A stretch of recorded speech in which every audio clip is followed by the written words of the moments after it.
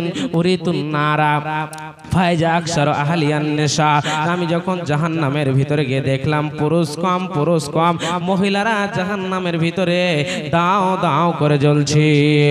ওই জাহান্নাম থেকে বাঁচার জন্য নবীজি বলেছেন, এ মহিলারা তোমরা বেশি বেশি করে দান করো, কেন তোমরা বেশি বেশি আল্লাহর জাহান্নামে জ্বলছো।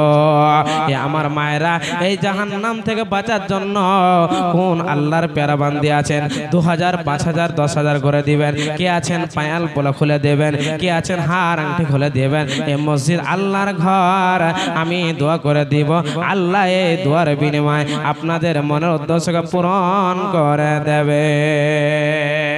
ভাইজান, বলার অনেক কথা আছে, কিন্তু বিষয়টাকে শর্টের দিকে এদিক ওদিক করে তাড়াতাড়ি নিয়ে আসছি। মসজিদ হচ্ছে আল্লাহর ঘর, এই বিষয়কে কেন্দ্র করে আমি শর্টে ভালো করে আপনাদেরকে বোঝাবো ভাবছি, কিন্তু বোঝাবার সময় নাই। আমার উপর আরো বাগা বাগা বক্তা আছে, সময়ের পর সময়ের মধ্যে চলে আসবে। তবে আপনাদেরকে বলছি, ওনাদের মুখ থেকে কিছু শুনবেন। আসেন আল্লাহর প্যারা গোলাম, কে আছেন 10,000 টাকা দাতা সর্বপ্রথম আমার হাতে দিবে, কে আছেন